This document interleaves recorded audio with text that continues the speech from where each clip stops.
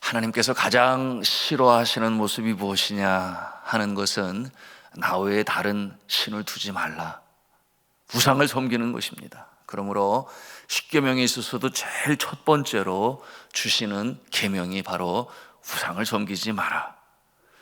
이 가나안 땅에 살고 있는 거주민들은 농사를 지으며 바알을 섬겼습니다.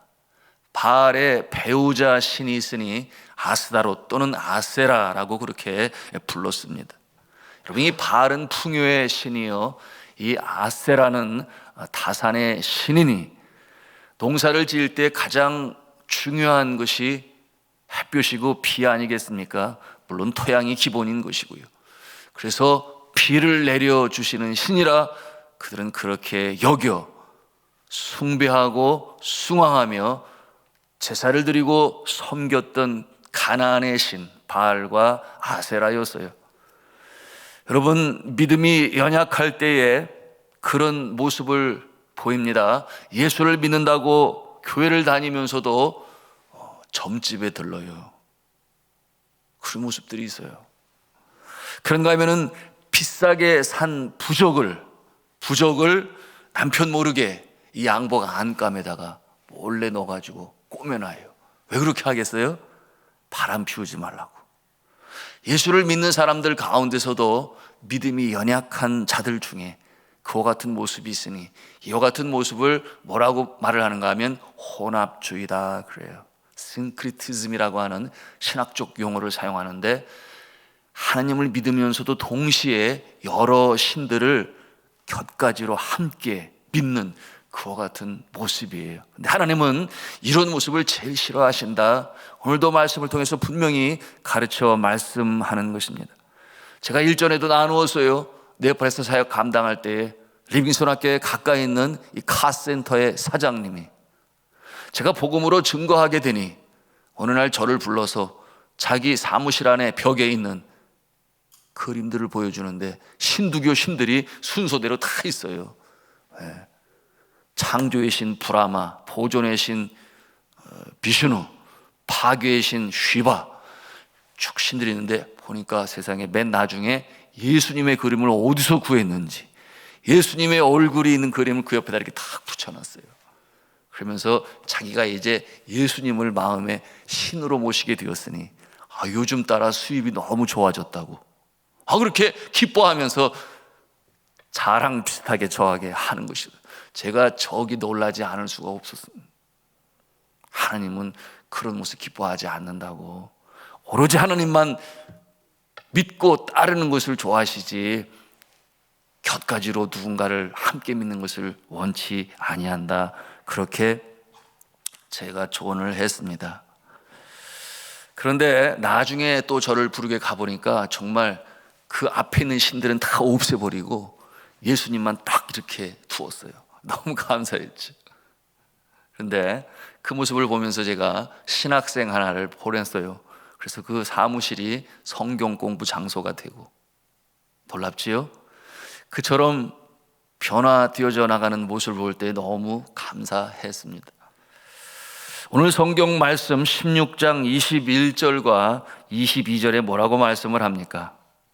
같이 읽습니다. 시작. 내 하나님 여호와를 위하여 쌓은 제단 곁에 어떤 나무로든지 아세라상을 세우지 말며 자기를 위하여 주상을 세우지 말라. 내 하나님 여호와께서 미워하시느니라. 아멘. 혼합주의에 사로잡힌 이스라엘 백성들 중에 믿음이 연약한 자들이, 그들이 찾는 성소에 이 우상신들, 특별히 아세라 상은 나무로 깎아 만들었으니 목상이라고 말할 수 있는데, 아세라 목상과 그리고 주상을 거기에 놓아 두었어요. 여러분, 이 주상은 돌로 만든 기둥과 같은 모습이에요. 하나님이 기뻐하시지 않는데 그들이 그렇게 행하였습니다. 그리고 복을 바라며 그 앞에 머리를 조아렸습니다. 하나님께서 기뻐하실 리가 없지요. 오늘날 우리 믿음 생활의 영적 교훈을 어떻게 적용할 수 있을까요? 한마디로 표현하면 풍요가 아니라 하나님을 섬기라, 그렇게 말할 수 있겠습니다. 풍요가 아니라 하나님을 섬기라. 여러분, 이 아세라 목상이나 이 제의 기구들이나 또는 이 주상과 같은 모습은 모두 풍요의 상징이에요. 풍요의 신을 섬기는 그들의 마음속에 이 물질주의, 그 바라는 마음이 가득하니 그와 같은 모습을 거기에다 두는 것입니다. 그러니 물질을 너무나 사랑하여 풍요와 다산의 신을 섬기는 모습이니 그 신앙이 깔려 있는 것입니다. 성경은 분명히 이런 물질주의를 대변하는 우상들을 금합니다. 왜냐하면 여호와 신앙은 영적인 신앙이기 때문에 그러한 것이에요.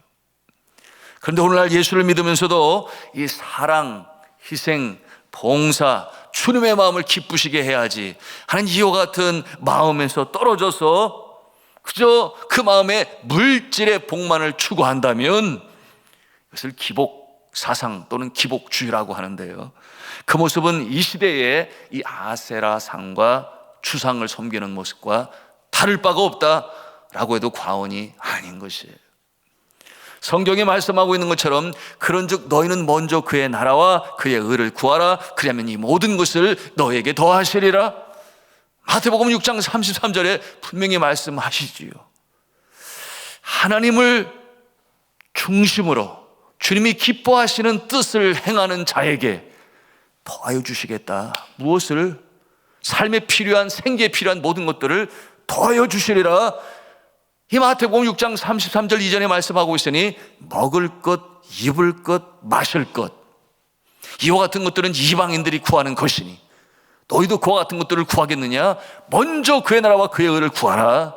그러면 그와 같은 것들은 어련히 알아서 하나님께서 채워주시지 않겠느냐?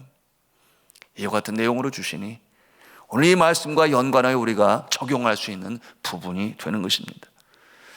앞서 나누었던 그 카센터의 이 사장님은 이처럼 기복주의적인 신앙으로 예수님을 그 곁에 모셨으나 예수님을 참 구세주로 믿고 성경 공부를 하는 가운데 마음이 변화가 되었어요. 그러므로 놀라운 일은 세례를 받게 되었고, 그리고 자신의 거처를, 집을 예배를 드리는 장소로 공개하였습니다. 그래서 거기 주일마다 예배를 드리는 장소가 되었으니 너무 감사하지요. 하나님께서 그 이후에도 복의 복을 더하시니 그가 바라던 물질의 복은 어련히 하나님께서 주시는 것이요, 영생의 복과 그 심령의 평안을 갖는 그 같은 복으로 주셨으니, 그때 제가 우리 교회에서 성도이면서 카센터를 운영하셨던 성도님 집사님이 계신데 네팔에 전문인 선교사로 오셨어요. 그래서 이렇게 동역자가 되게 해드렸지요. 함께 일하고, 그리고 이 사장님은 한국에까지 방문하게 되었고 그 기회에 세례를 받게 되셨던 것인데요, 여하튼 그 축복의 역사가 나타났으니 그야말로 할렐루야, 감사한 역사가 나타났습니다. 이어 17장으로 이어지는, 그러면서 명하시는 내용은 하나님 앞에 온전한 제물을 드려라 하는 것입니다. 우리 17장 1절 말씀을 같이 읽겠습니다. 시작. 흠이나 악질이 있는 소와 양은 아무것도 내 하나님 여호와께 드리지 말지니 이는 내 하나님 여호와께 가증한 것이 되매니라. 아멘.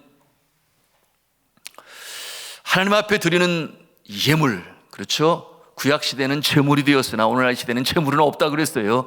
예물이 있을 뿐이다. 감사하는 마음으로, 또한 하나님의 것으로 알아드리는 11조가 있다 그랬어요. 왜 제물을 안 드립니까? 예수 그리스도께서 친히 어린 양 제물 되어 단번에 제사 제물이 되셨기 때문에 우리는 드릴 필요가 없다. 그러니 우리가 예물을 드리는데 정성으로 드려야 하겠지요. 흠없는 양, 흠없는 염소, 어떻게 이 적용이 돼야 하겠습니까? 제가 어릴 적에 제 어머니나 할머니가 새 돈만 갖게 되면 그것을 성경 갈피에 놓아 두었다가 주일이 되면 그것을 꼭 헌금으로 드렸어요. 새 돈으로 하나님께 드리는 것이 그들의 마음속에는 흠없는 양, 흠없는 염소, 이렇게 아마 생각이 되셨던 것이죠. 어떤 때는 주일이 내일인데 새 돈이 없으면 구겨진 돈을 이 다림질하는 모습까지 제가 보게 되었다니까요. 그 모습은 어떤 모습이겠습니까? 정성을 다하여 흠없는 예물로 주님 앞에 드려야지 하는 그와 같은 마음이 하는 행동 속에 배어져 나오는 것이죠. 그런가 하면은 성미를 준비하고 드리는데도 제가 여러 번 나누었습니다만은 이 흰색 이 성미 자루지요, 빨간색 십자가가 이렇게 새겨져 있는 거기에다가 성미를 담아서 준비하게 되는데, 밥을 짓기 전에, 그렇죠? 쌀을 물에 담그기 전에 미리 성별을 하는데, 그 당시에 이 사이다 숟갈이라고 그랬어요. 얼마나 그 숟갈이 큰지 거기에 US 마크가 딱 찍혀 있는데 생각했어요. 미군들은 입도 큰가 봐. 숟갈이 이렇게 클 수가 있냐. 어렸으니까 더 크게 보였겠지요. 여하튼 그거로 한 숟갈 두 숟갈 퍼 담으시는데, 제가 물었잖아요. 왜 그렇게 한꺼번에 다 담지 않고 하나씩 둘씩 셋씩 이렇게 담냐 그랬더니, 그것은 10숟가락을 넣으면 한 사람의 밥이 된대요. 그래서 한 숟갈을 뜨면서 이거는 아버지 거, 두 번째 숟갈 뜨면서 이거는 엄마 거, 세 번째 숟갈을 뜨면서 이거는 큰형 거. 서울에 직장 다니고 있는데 하나님께서 복을 주셔서 동생들도 전부 다 서울로 데려가게 하여 주옵소서. 그런 기도. 그런가 하면 또 한 숟갈을 뜨면서 이거는 둘째, 부산에서 공부하고 있는데 병약한 둘째가 건강하게 공부 잘하게 하옵소서. 기도하면서 이렇게 뜬다 그래요. 그러니 저는 막내니까 한참 기다려야 되잖아요. 구남매의 막내인데.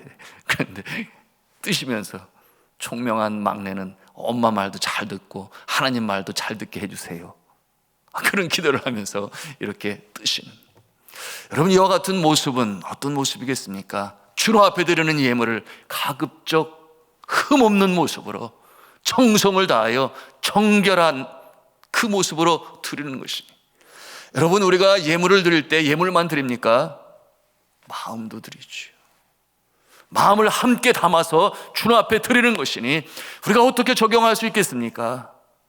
외적으로 드러나는 것이 흠없는 양요 염소이지만 하나님께서는 마음도 받으시는 것이니, 여러분, 우리가 주님 앞에, 그렇죠, 도시에서 생활하니 돈으로 예물로 준비하여 드릴 때에, 여러분, 그 돈이 부정으로 번 것이라면 그것은 흠이 있는 예물이 되는 것이니 하나님이 기뻐 받으시지 아니하신다.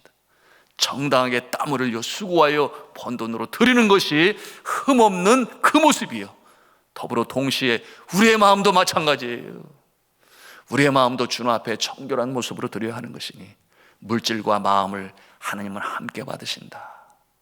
이와 같은 모습으로 드리는 자에게 하나님께서 만복을 내리시는 줄로 믿으시길 바랍니다. 하나님이 기뻐 받으시는 것이지요.